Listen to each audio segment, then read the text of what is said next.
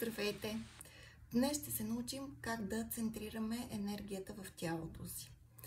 Това е една практика, която се среща в много древни традиции и тя е основата и на лечителските, и на магическите, и на очистителните ритуали. Какво означава да съм центриран в себе си? Това означава да видя, да усетя, да осъзная енергията, която съдържа моето собствено тяло и тази енергия, която е около мен.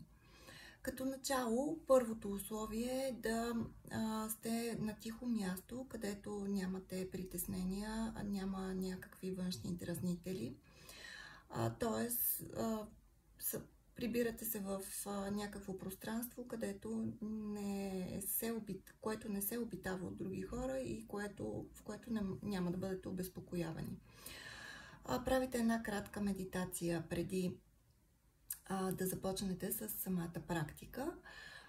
След това, приключвайки медитацията, вие вече сте в много по-отпуснато състояние, в по-спокойно състояние и вашият дух, така че сте готови да започнете с практиката по центриране. Оставате в седнало положение или ако сте легнали, сядате, тъй като е по-добре да сте в седнало положение, за да може да не се отпуснете съвсем и да заспите. След което започвате да регулирате дишането си. Дълбоко вдишване, дълбоко издишване, дълбоко вдишване, дълбоко издишване и така няколко пъти, може би 7 или 8, като в началото го съчетавате с някаква мантра или с броене отзад напред или отпред назад, както ви е по-удобно, докато се научите да отпускате тялото си сами и напълно съзнателно в момента, в който седнете в такава медитативна поза. След което затваряте очи и започвате да търкате ръцете си една в друга. Най-добре е това да се случи пред слънчевия сплит. Търкате ръце една в друга, търкате.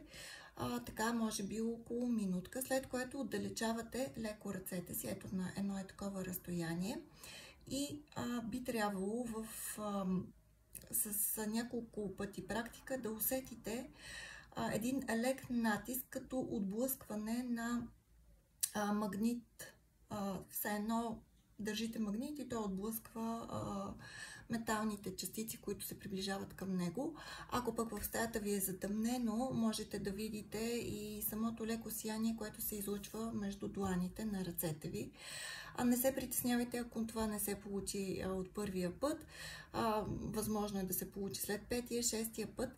След като се научите да виждате или да усещате енергията, която се съдържа между дланите на ръцете ви, можете да започнете да експериментирате с нея. Можете да се опитате да я разтягате като локум или да я правите на топка, на един голям балон, в който си представяте, че сте самите вие вътре в него. Можете да му придадете някакъв цвят, някакво сияние, ако не виждате самото сияние на енергията си. И така, експериментирайте. Много е приятно, ще ви хареса, ще се научите сами да осъзнавате своята същност и своята енергия. След което е добре тази топка с енергия, която се получава, можете да я смалявате, можете да я увеличавате, да я прекарате през канала, един мислен канал в тялото ви, от седмата до първата чакра, нагоре и надолу, така че да изчисти енергийното ви тяло и чакрите. И след това да я задържите някъде, където вие сами решите, че съдържате където усещате своята сила. Дали това е в сърдечната чакра, дали това е в третото око чакрата, дали е в седмата чакра или е в слънчевия сплит. Просто задържате някъде тази енергия. Ако се чувствате напрегнат или усещате, че има някакъв остатък от енергията, можете да клекнете на земята, като поставите ръцете си долу на земята и да заземите енергията. Експериментирайте и ще видите, че нещата ще се получат. Целувки от мен!